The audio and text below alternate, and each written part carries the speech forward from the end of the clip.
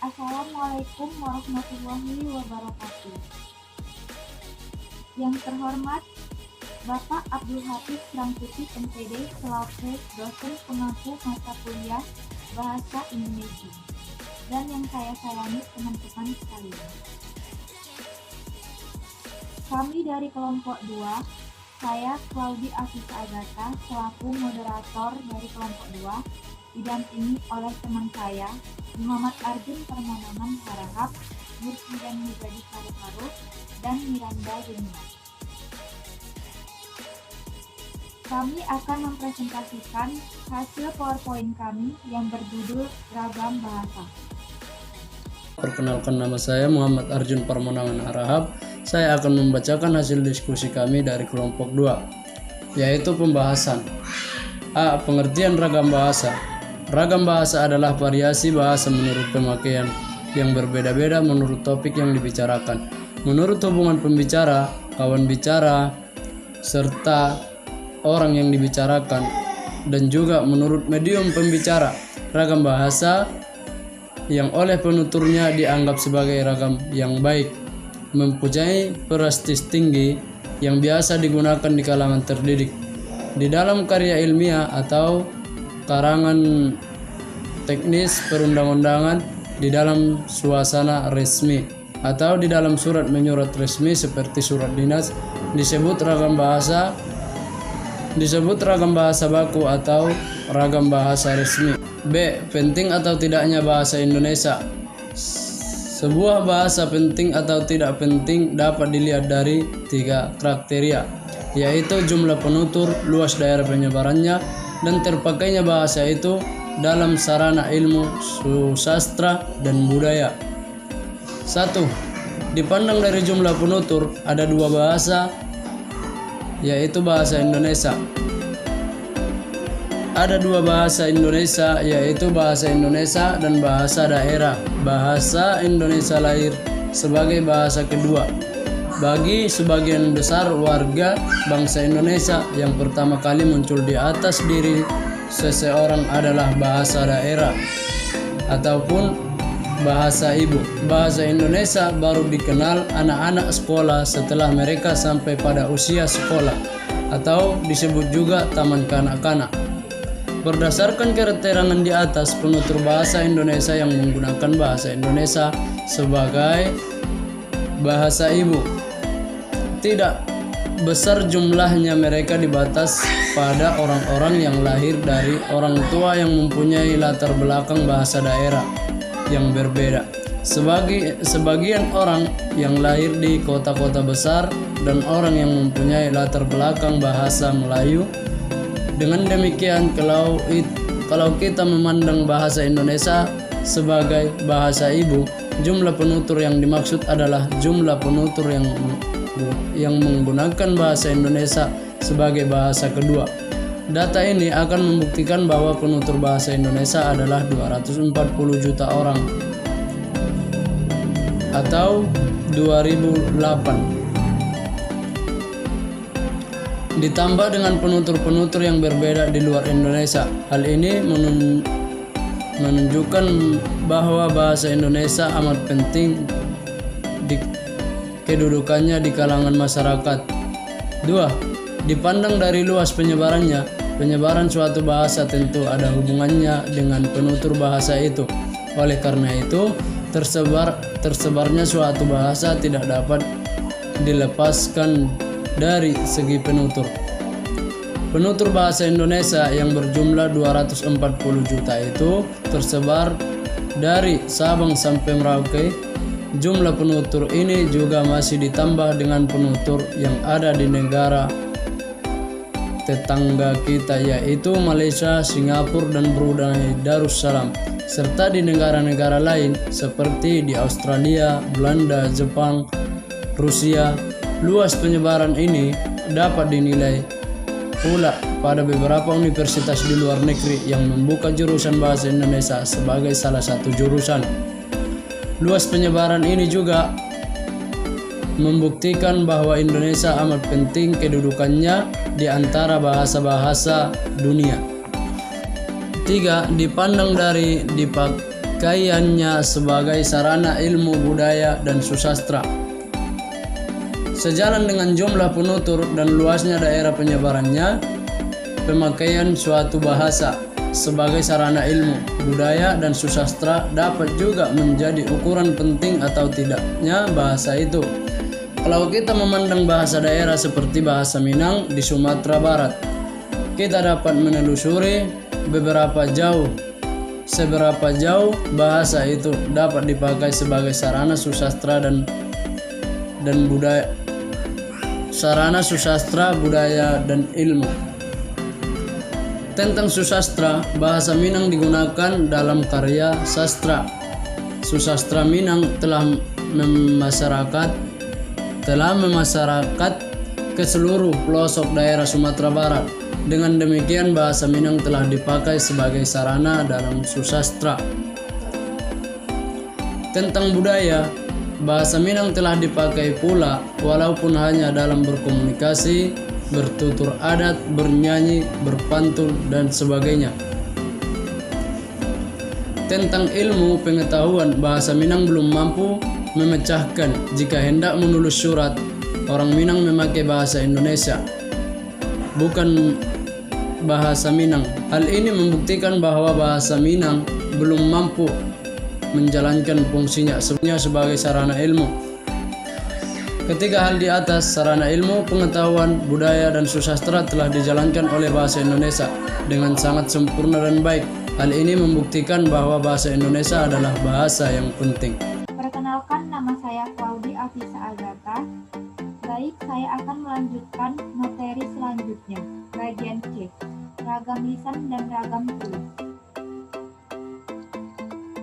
Bahasa Indonesia yang amat luas wilayah pemakaiannya dan bermacam-macam pula latar belakang penuturnya akan melahirkan sejumlah ragam bahasa yang sesuai dengan fungsi, kedudukan, dan lingkungan yang berbeda-beda. Ragam bahasa ini terdiri dari ragam lisan dan ragam tulis. Tidak dapat kita pungkiri, bahasa Indonesia ragam lisan sangat berbeda dengan bahasa Indonesia ragam tulis. Ada pendapat yang mengatakan bahwa ragam tulis adalah pengalihan ragam lisan ke dalam ragam tulis atau tulis. Pendapat ini tidak dapat dibenarkan 100% karena tidak semua ragam lisan dapat dituliskan dan tidak semua ragam tulis bisa dilisankan. Kaidah yang berlaku bagi ragam lisan belum tentu berlaku bagi ragam tulis. Ada beberapa perbedaan dari kedua ragam bahasa itu. Yang pertama, ragam lisan menghendaki adanya orang kedua, teman berbicara yang berada di depan pembicara, sedangkan ragam tulis tidak mengharuskan adanya teman bicara berada di depan. Yang kedua, di dalam ragam lisan unsur-unsur fungsi gramatikal seperti subjek, predikat, dan objek tidak selalu dinyatakan. Unsur-unsur itu kadang-kadang dapat ditinggalkan karena bahasa yang digunakan itu dapat dibantu oleh gerak, mimik, pandangan, anggukan, atau intonasi. Contohnya, pada kalimat orang yang berbelanja di pasar, Bu, berapa cabenya? 15. Bisa kurang 10 saja, Nak. Ragam tulis perlu lebih terang dan lebih lengkap daripada ragam lisan. Fungsi-fungsi gramatikal harus lebih jelas karena ragam tulis tidak mengharuskan orang kedua berada di depan pembicara. Contoh ragam tulis ialah tulisan-tulisan dalam buku, majalah, dan surat kabar. Yang ketiga, ragam lisan sangat terikat pada kondisi, situasi, ruang, dan waktu. Apa yang dibicarakan secara lisan di dalam ruang kuliah hanya akan berarti dan berlaku untuk waktu itu saja. Apa yang diperbincangkan dalam suatu ruang diskusi susastra belum tentu dapat dimengerti oleh orang yang berada di luar ruang itu. Sebaliknya, ragam tulis tidak terikat pada kondisi, situasi, ruang, dan waktu. Suatu tulisan dalam sebuah buku yang dituliskan oleh penulis di Indonesia dapat dipahami oleh orang yang berada di Amerika atau Inggris. Yang keempat, ragam lisan dipengaruhi oleh tinggi rendahnya dan panjang pendeknya suara. Sedangkan ragam tulis tulis dilengkapi oleh tanda baca, huruf besar, dan huruf miring. Perkenalkan, saya Niranda Yuniar Gultom. Baiklah, di sini saya akan menjelaskan ragam baku dan ragam tidak baku. Pada dasarnya, ragam tulis dan ragam lisan terdiri pula atas ragam baku dan ragam tidak baku. Ragam baku adalah ragam yang dikembangkan dan diakui oleh sebagian besar masyarakat penggunaannya. Nah, di kali ini, ragam tidak baku adalah ragam yang tidak dikembangkan oleh dan ditandai oleh ciri-ciri menyimpang dari norma ragam baku. Ragam baku mempunyai sifat-sifat sebagai berikut. 1. Mantap. Mantap artinya sesuai dengan kaidah bahasa. Kalau kata rasa dibubuhi awal pe, akan berbentuk kata perasa. Kalau raba dibubuhi kata pe, akan berbentuk kata peraba. Oleh karena itu, yang kedua, dinamis. Dinamis artinya tidak statis, tidak baku. Bahasa baku tidak menghendaki adanya bentuk mati. Kata langganan mempunyai makna ganda, yaitu orang yang berlangganan dan dengan toko tempat langganan. Dalam hal ini, tokonya itu disebut langganan, dan orang yang berlangganan disebut dengan pelanggan. Yang ketiga adalah cendekia. Cendekia. Ragam baku bersifat cendekia karena ragam baku dipakai pada tempat-tempat resmi. Perwujud ragam dalam buku ini adalah orang-orang yang terpelajar. Contoh kalimat yang tidak cendekia sebagai berikut: rumah sang jutawan yang aneh akan dijual. Agar menjadi cendekia, kalimat ini diperbaiki sebagai berikut: rumah aneh memiliki, sang jutawan akan dijual. Rumah sang jutawan aneh akan dijual. Yang keempat, seragam. Ragam baku bersifat seragam. Pada hakikatnya, proses pembakuan bahasa adalah proses penyeragaman bahasa Indonesia. Dengan kata lain, pembakuan bahasa adalah pencarian titik keseragaman. Pelayan kapal terbang dianjurkan untuk memakai istilah pramugara dan pramugari. Andai kata ada orang yang mengusulkan bahwa pelayan kapal terbang disebut dengan pembantu udara dan penyerapan itu seragam, kata itu menjadi ragam batu.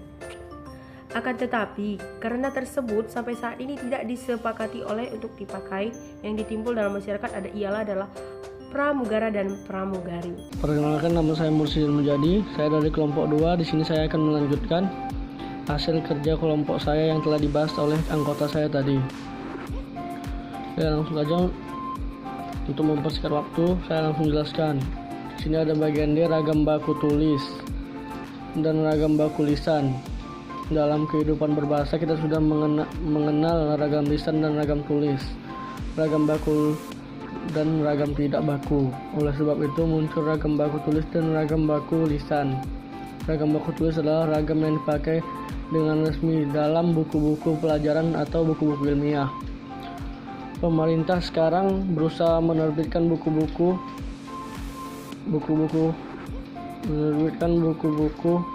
pelajaran atau buku-buku ilmiah lainnya.